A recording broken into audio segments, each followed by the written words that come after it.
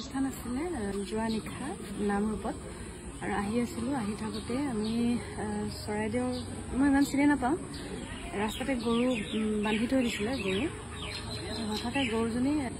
পটককৈ গাড়ীৰ ভিতৰলৈ সোমাই দিলে আৰু সোমাই দিয়াৰ বাবে আমাৰ এই গাড়ীখন চাওকচোন কি হ'ল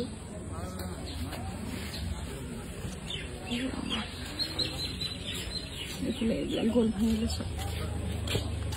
সঁচাকৈয়ে যাৰ যাৰ ঘৰত গৰু পুহিছে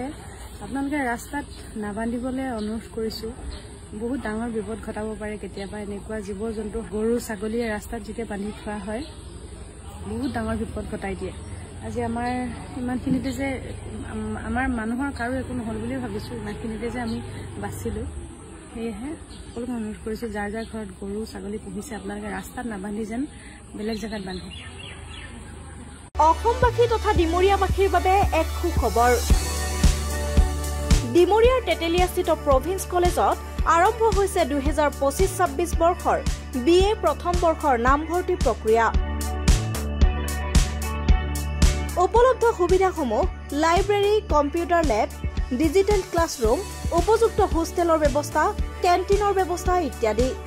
অভিজ্ঞতা সম্পন্ন শিক্ষকৰ দ্বাৰা শিক্ষা প্ৰদানৰ ব্যৱস্থা থকা প্ৰভিন্স কলেজত নামভৰ্তিৰ বাবে শীঘ্ৰেই যোগাযোগ কৰক 9864032298 অথবা 93650 59565 নম্বৰত